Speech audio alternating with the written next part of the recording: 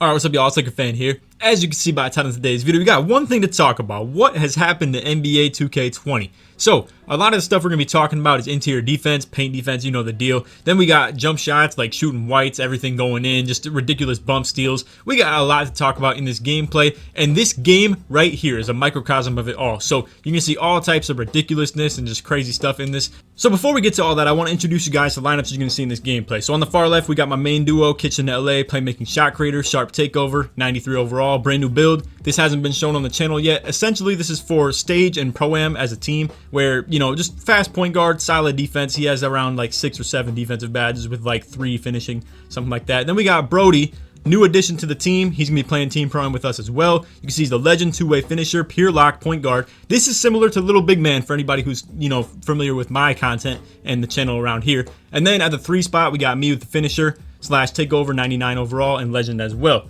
So as for our opponents, you can see they got the offensive threat with playmaker takeover. You would think this is a PLAYSHARP pie chart, but it's actually the sharp and finishing one. Now this is another thing we're gonna be talking about as well with this video, like I was talking about. What is wrong with 2K20? So really, a problem that I have with this game as well that we could talk about right now is the build system and the titles and stuff. Offensive threat, right? There's so many things that could be. Or the facilitating finisher, so many things that could be. The glass cleaning lockdown on the far right here. You don't even know if this dude is a pure rim and he can't shoot at all, or if he's a rim sharp and he's got shooting but less defense. Two-way pass first point, I don't even know what that is in the first place. Could be a two-way sharp, that's probably what it is in all honesty. And then, like I said, the offensive threat, you know, you could sit here and think this dude's a PLAYSHARP until boom, he contact dunks you as you help off the corner, and then you're like, oh, alright, well, he's the slash and shooting one. But anyway, like I was explaining, there's a lot of stuff in this game that we're here to talk about. I hope y'all enjoy. If you do, feel free to drop a like, sub if you're new, turn on them noties, all that good stuff. Let's try this video to 1,000 likes in the first 24 hours. I think this might be a shorter video, like around the under 10-minute range, but regardless, I'm just here to entertain and talk about, you know, what 2K20 has really come to. So early on in this game, there's not much to talk about. Just enjoy the gameplay for what it is. Obviously, you can see he gets the little blow by, and that was an easy take. Obviously, Kitchen's playing high. We got our non-defending point guard stuck on the PG because of the inbound defense off rip, and there's nothing we could do about that. You can't just force the corner defender on the ball because obviously there's just so many things that we're going to deal with. And then Kitchen was coming out here greening his shots super consistently off rip. So like I was saying, there's not a lot to talk about. So what I want to do is just have a little topic that I want to talk about in the beginning of this video. So that would be interior defense. So you can see Intimidator didn't flash right there, and I don't expect it to, but I'm going to show you guys later in the gameplay when it does in that exact situation, and that's what we're here to talk about with this topic. I feel like interior defense in this game is just so inconsistent. Now, I want to hear your guys' feedback before we get too far into that topic. I want to know if you think interior defense in NBA 2K20 is flat out bad, too good, or inconsistent. Me personally, I feel like it's just flat out inconsistent. You got crazy things like pogo stick that allow you to play ridiculous interior defense. You have the ability to get really good block rating even at 6'5", stuff like that. I feel like there's just no value in being tall in this game. That's my personal experience, and that's how I feel. You know, I feel like 6'8" is literally the perfect height for a big man. Now, if you're talking guarding post game and post hooks, I understand the thought of being taller, but there's not enough benefit for being tall. That's literally it, in my opinion. That's the only benefit. Now you can see right there, nice chase down block. I expect things like that to happen when a build like Kitchens goes and drives into the hoop, right? I'm talking he has 72 or 74 driving dunk with the PLAYSHARP, and it's not, you know, 96 overall or 95 overall or anything like that. So pretty much he has around 72 to 73 driving dunk, right? Now, I expect builds like his with a playmaking and sharpshooting pie chart to get chased down blocked by a lockdown pretty often, right? Now, that build right there with the BP build, the slash sharp combo at PG, and he could get slash takeover if he wants to and can get contact dunks and all that stuff. That's very understandable for him to unlock dunk animations like that. But I just want to hear your guys' feedback flat out. Interior defense, what are your thoughts? Now, this right here is where we get to the real topic of the video, all right? So this is still the segue into interior defense, right? That's really what this video is all about. You're gonna see offensive rebound right here, give it back out to Kitchen. We get locked up. Long story short is I take it from the top, right? Because nothing's there. So I'm just gonna take this from the top, expect to drive in. Don't get the hop dunk right there. I get like bodied up, right? Now this shot right here, I want you guys to see exactly where I'm shooting this from and where the defender is at, right? Now, I'm a slasher, I'm a finisher. I don't expect to make this shot in the first place. Don't get me wrong, I'm not complaining about missing this. I'm complaining about what you're gonna see on the screen right here with the contest rating. So, I get 32% contested right here, right? And then the BP build in transition, no one's around him. Nobody is near him or even in sight. And I don't know how that shot could affect it, how my defense right there could affect it in the first place. And then look at this. So I want to run all this stuff back real quick, and we're just going to go ahead and talk about it. So right there, misses the dunk, right? Intimidator flashes. I'm nowhere more near him in that like possession right there than I was earlier in the game, right? But Intimidator just flashes right there, and maybe it was because of how many people were in traffic. But then we go to this one right here, right? And the shot that I took earlier in the game, it was 32% contested, or like literally the frame, you know, the possession before this, the shot that I took, 32% contested. Now watch this one right here with the big man jumping perfectly in range of me. This one is super contestable. And then this right here is 5% contested. I don't understand that in the slightest. I feel like interior defense in this game, mad inconsistent, super weird, and just has so many different variable outcomes and so weird things. Like getting contested from behind isn't a thing, but as soon as somebody actually like puts you in an animation where they contest you from behind, I don't know if you guys know what I'm talking about with the standing layups, but pretty much what I'm talking about is you can't contest somebody from behind like that. And then look at this.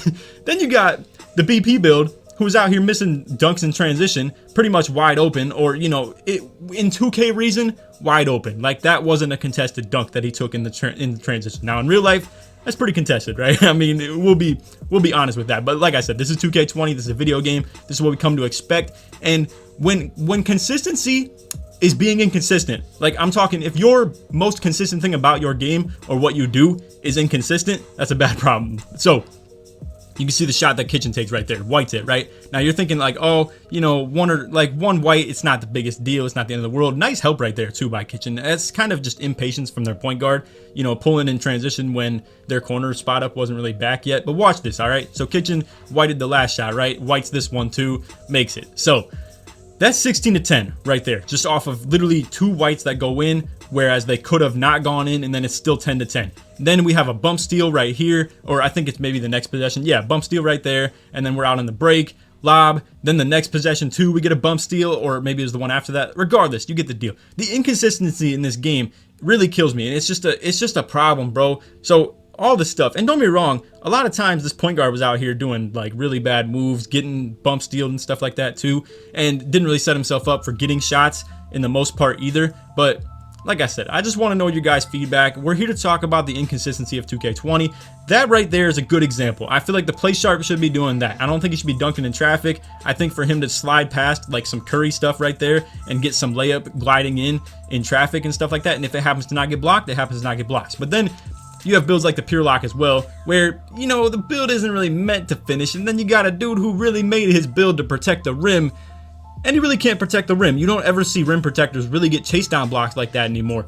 And then you want to talk about inconsistent. Look at this right here. If you've played in the stage, you know getting winnings times 2 is literally as rare as getting jackpot, and it makes no sense with the value of each of them. But regardless, let's get back to the whole patching topic. So pretty much 2K has patched behind the back, right? And it made offensive threats and playmaking shot creators even more devalued. ISO, I feel like just in general, like shooting builds, that ISO became that much more devalued, and then hop stepping, you know, play locks and stuff like that became the meta. Or you could talk about how chase down artists got nerfed as well. So ISO in the same situation has been more valued because of that, because it really, if you have chase down artist high, you could play these play locks super high, you could play for the chase downs, get easy chase down blocks, take away the 3-pointer, and it's as simple as that. But since you can't get great chase downs anymore, or, you know, just all types of badges that have been nerfed throughout the year, I just feel like with every update that 2K does, whether it be a patch or a nerf of a badge or taking a dribble move out of the game, they don't understand the repercussions of what's to come with it. And I feel like overall, we're playing a worse version of the game than we did at the beginning of the year. That's just my opinion. And, you know, I still love 2K20. Don't get me wrong. I enjoy playing this game a ton. And you can see, I mean, there's really fun situations like this right here, getting the snatch blocks. I mean, it's a great game. However, is it as good as it could be? No, nowhere near. I mean, this game could be so much better, and I really feel like we did experience it earlier in the year. I feel like this game was a better version of 2K20 than it is right now. So let me know you guys' feedback in the comments. Like I said, let me know what you think about interior defense, the whole hitting whites, bump steals like you saw. There were like a bunch of them in this game too. Let me know what you think of all that stuff, because all of those situations are, you know, give or take something that could be said. So, for instance, with the bump steals, you could say he has high ball handling. He shouldn't lose that. But then you could say, oh, well, the defenders that are, you know, stealing the ball are also lockdown defenders. So, give or take, it was a bad situation. He should have got bump stealed. Or you could say the PLAYSHARP getting chase down blocked, but then sometimes making it to the hoop where he puts the layup in, or sometimes he even gets the driving dunk, the BP build getting contact dunks, but then still missing a wide open dunk in transition, or my build getting 32% contested, and then and then the other one down in the paint where it was like 6% contested when it was way more contested than the one that was 32. I just don't understand it, bro. But anyway, leave your feedback in the comments. Let me know what you think of 2K20. I know there's going to be some real hostile stuff, but again, just keep in mind, guys, obviously 2K is a fun game, but I think we all feel the same way that 2K does us dirty and does us bogus in the sense that they could do so much better, and we all acknowledge that and we all know it. So anyway, I hope y'all enjoyed. If you made it to the very end of the video, put LA in the comments to show your support you made it all the way through. Let's try to get 1 to 1,000 likes in the first 24 hours. And I hope y'all enjoyed. Also, one last thing too. Stay tuned for some of this Pro-Am content. I am super excited to bring this to y'all. I signed my team up for the WR regular season, and we're in a tournament as well, all at the same time. So just keep all that in mind. You can see we're up 15-2 in this, and this wasn't really in the WR matchup, but just keep in mind, we're going to be playing some comp Pro-Am games. When I get my computer back on Friday, for anybody who knows about that whole situation, I don't even want to... Look, I want to keep this video pretty short, so I'm not going to talk about this stuff. But anyway, when I get my computer back on Friday, we're going to start making some like detail videos, the breaking down some of the series that are being played and the wagers and stuff like that. I've been wanting to do that stuff for literally 2 to 3 weeks, but just haven't had the computer to do it. So anyway, I hope y'all enjoyed. And on that, take it easy, man. Peace.